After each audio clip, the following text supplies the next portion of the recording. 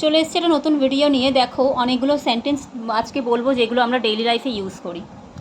দেখো, তাড়াহুড়ো করো না, ডোন্ট রাশ। জনি, ডোন্ট রাশ। আপাতত, ফর নাও। আপাতত আমি ব্যস্ত, for now I am busy. আমি ভিজে যাচ্ছি, আই অ্যাম গেটিং ওয়েট। এক মুহূর্তের জন্যও নয়, not even for a moment. ভ্যাপসা গরম, ইটস সালট্রি।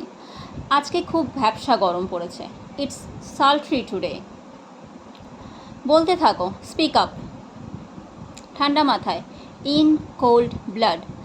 এই যে ইন কোল্ড ব্লাড মানে ঠান্ডা মাথায়, অনেক সময় আমরা ক্রাইম রিলেটেড মানে এই সেন্টেন্সটা শুনে থাকি যে ঠান্ডা মাথায় সে খুনটি করেছে, তো বা মার্ডার করেছে। He murdered him in cold blood. সুখে দুঃখে, উইল অ্যান্ড ও। আমি গেলাম, আই অ্যাম অফ। মোটামুটি, সো সো। ধ্যাত্তেরি, ও শেট। খাবারটি এটো। এটো খাবারকে কী বলে ইংলিশে দেখো। দ্য ফুড ইজ অল্ট। অল্ট মানে এটো, কিন্তু এটা তুমি সবসময় মানে সব কিছুর ক্ষেত্রে ইউজ করতে পারবে না। তুমি ফুডের ক্ষেত্রে এটোকে আমরা অল্ট বলি।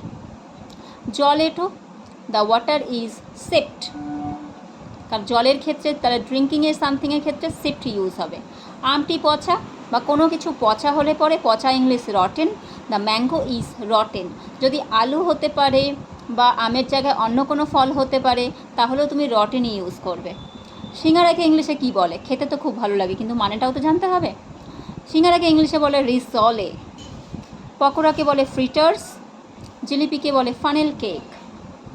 ফুচকাকে বলে ওয়াটার বলস। চানাচুরকে ইংলিশে বলে ক্রিপস সল্টি। ঘিকে ইংলিশে বলে ক্ল্যারিফাইড বাটার। ঘোলের ইংলিশ কী সেটা আমাকে কমেন্টে জানাবে। Ta ta, by.